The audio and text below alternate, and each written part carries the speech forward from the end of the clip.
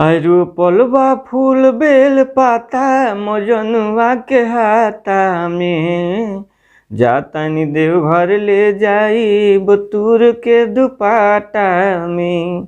बड़े भैया खेसारी लाल यादव जी के गाना आयल बा फूल बेल पाता, जौन ट्रेंडिंग नंबर 1 पर चल रहल बा। बोल बम वाला गाना है। एल्बम के नाम बा फूल बेल पाता। चलिए नमस्ते प्रणाम, हम आप सबके भाई राइटर दुर्गेश बेदर्दी। और फूल बेल पाता जौन गाना बा खेसारी लाल यादव जी के, वही धुन पर एकदम जबरदस्त सैड सॉन्ग हम लिखले बानी, तो आप सबके मुखड़ा बतावे जा रहल बानी। छोड़ी के जालू ससुरवा भइल कतहर माथा में, अरे छोड़ी के जालू ससुरवा भइल कतहर माथा में, काटी के ले जा करे जा तू बान के दुपाटा में, काटी के ले जा करे जा तू बान के दुपाटा में। ई मुखड़ा रहल। अब आप सबके अंतरा सुनावे जा रहल बानी, ठीक बा। तोहरे ला दिल हमार मजबूर बा, करेलू गदारी कौन बात तो जरूर बा। तोहरे ला दिल हमार मजबूर बा, करेलू गदारी कौन बात तो जरूर बा।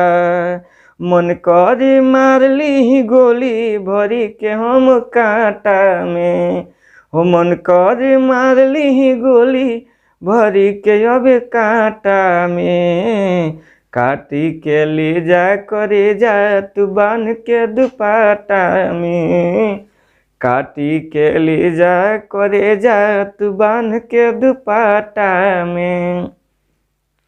और बहुत ही सुंदर खेसारी लाल यादव जी के जौन गाना आयल फूल बेल पाता, वही धुन पर आप सबके सुनौनी है। सैड सॉन्ग एकदम बेहतरीन रहा, आप सब जरूर सुन ले खब।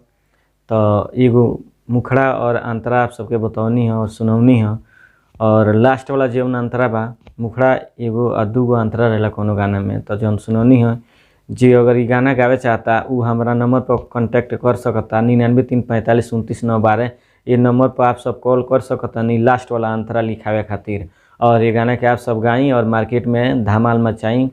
और हमारा ये गाना अगर अच्छा लागल होके तो ये चैनल के सब्सक्राइब करी, लाइक करी, कमेंट करी, शेयर करी। जाना चैनल के नाम बा राइटर दुर्गेश बेदर्दी।